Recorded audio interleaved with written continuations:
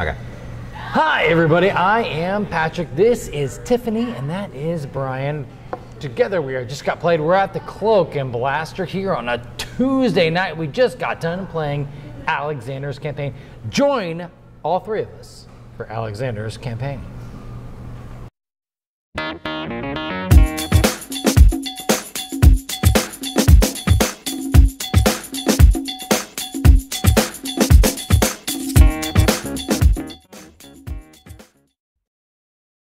Tiffany. Yes. Let's have Brian tell us all about Alexander's Campaign. Sure. Alexander's Campaign is a 2 to 3 player light war game, I would say. Not really a war game so much as a war-themed game. In which all the players are assuming the role of Alexander's generals, and they're all vying to basically be his second in command. In order to do that, as Alexander the Great basically makes his giant conquest, there are certain cities that are on objective cards that each of the generals have to basically try to win 6 out of the 8 of the, or conquer 6 out of the 8 of those cities, either through attacking or through exploration, kind of like a diplomacy type skill. If you're able to get 6 out of those 8, you're going to be the winner. But there's also a couple of other caveat rules, like you have to have built at least 1 settlement, 1 stronghold, and 1 temple along the way. You also have had to take in 2 exploration tiles from the board as well. If you can't meet those objectives, though, the other type of win condition is whoever has the most conquest points, and you get conquest points a number of ways. So it's a little bit of a point salad at the end of the game.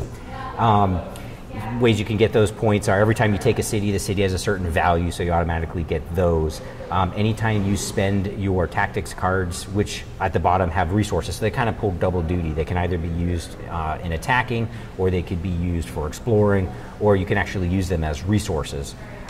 When you trade in your resources, you can actually build either the temples or the strongholds, and those act like multipliers that whatever the value of the city was, you're going to multiply that times however many points your actual temple is worth. I think it's 3 for the temple. The strongholds are worth like 2 or something like that.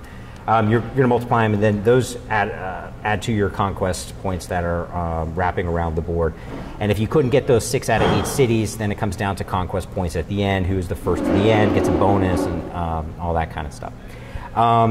So the heart of the gameplay, though, is when it's your turn, you can choose from, I think, 5 or 6 different types of actions. You can either take the attack action, which is you're going to be spending your tactics cards to advance or try to, you're going to roll the combat dice, and basically a 3, 4, 5, or 6, you're going to be successful in attacking the next city. You're going to gain those points. Then you're going to have a chance to spend your next action building, if you would like, the Mason action, I think is what it's called. The other types of actions you can take during your turn is the pass. Strategically, if you just want to not spend one of your tactics cards, you can just choose to pass and let the other players go. My favorite is the truce, which we have this symbol here. It sounds like it's a nice thing, but you're actually screwing whoever's player's turn it is by making them skip their turn. So that's the truce. But you're limited. You can only do 1 of those per turn, or per game. I'm sorry. Yeah. And then taxation. Everyone loves taxes, right? Well, in this game you do, because whenever you're on a city and you choose to spend your turn doing taxation, you actually get to reclaim a couple of your tactics cards back to your hand. Each player starts with 5 tactics cards, and every time you're essentially exploring or building resources, you're using your tactics cards for a number of different purposes. So those diminish, and the only way to get them back is through taxation. So the path that Alexander's taking is kind of like there's an old game that reminds me of 21, and players can either go 1 or 2 spaces. And you can spend your cavalry tactics cards to allow you to go 1 or 2 spaces. You can spend your archer cards to allow you to maybe skip a space, but there's still combat rolls and stuff involved. And then the phalanx, am I saying that right? The phalanx card is like an automatic advancement. So with that, Patrick, what would you say is your favorite thing about Alexander's campaign? The historic content. I really like the fact that it's actually the path that he took, and it runs all through actually part of the Middle East and all through Asia, and it shows exactly what he did. I mean, and the map's pretty cool too. I mean, it's a really solid game if you're interested in history. So I would say the historic content. But, Brian. Yes.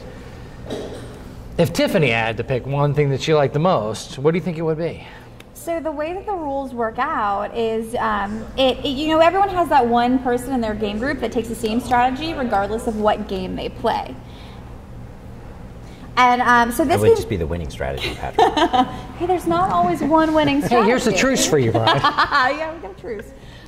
So this game really forces you to kind of diversify, and it makes you, you have to get X number of you have to take each of these routes. You have to do one of each of those. You have to kind of diversify your strategy a little bit. So the guy that always takes the aggressive, or the person that always turtles, like, you can't really do that in this game. So it pushes your boundaries a little bit.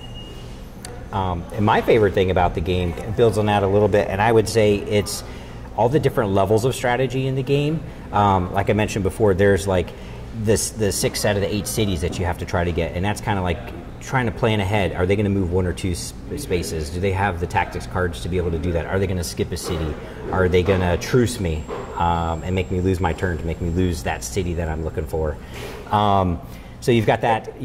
The route path, and you have like the tactics, and you can actually combo some of your cards together in doing that. And then you've also got a little bit of like the resource allocation and like point modifier or multipliers, so you can actually gain even more conquest points around there.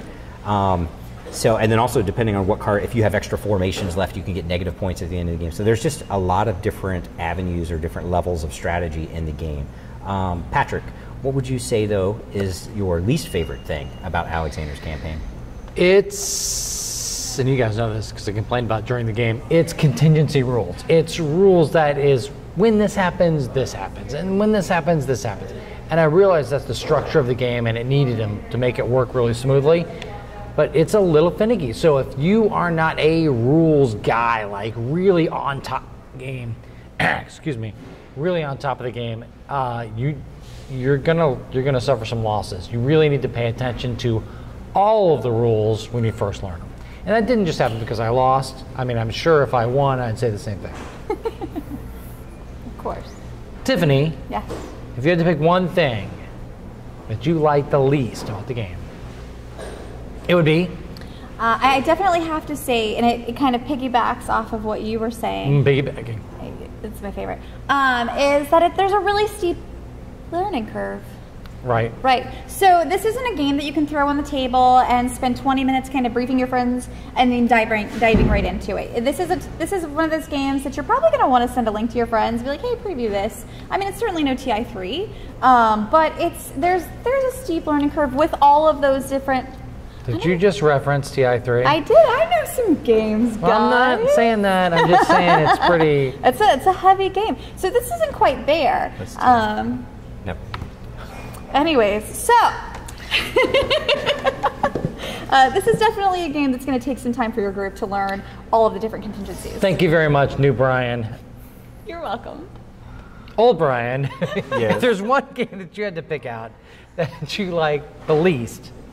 The thing I think I like the least is, while it's rich in thematic content, I don't think it necessarily synergizes that well with the mechanics of the game, because there are quite a few number of mechanics. It could have been like almost any kind of race game or mechanisms. I'm sorry, Lance. I apologize. But so there was maybe a little bit of a lack of synergy for me in terms of what the actual like tactics combos are and stuff. It didn't really feel like a war game, so. It doesn't have a war game feel, but I still felt like I was immersed in exactly what was happening with that. Yeah, I did. I really did. I honestly. I would definitely say that it was a thematic. It was rich in thematic content. It just didn't necessarily match the mechanics for me. It'd be tough to have a war game without area control. So yeah, it's interesting. Well, that's what war games are. Sure. was controlling the area. But again, Alexander's campaign is coming to Kickstarter very, very soon, so make sure you trek on over there and explore a copy and conquest a copy. And make a library. And Make a flowchart. Make a truce. Oh, let's not do that. So many truces. I'm Patrick. This is Tiffany. That is Old Brian. Old Brian. Thank you very, very much for watching Just Got Played. I really felt like my horses should have had some conquest over you, Brian. they did. Those are donkeys, Brian. He couldn't tell from his positioning. As long as there's a saddle.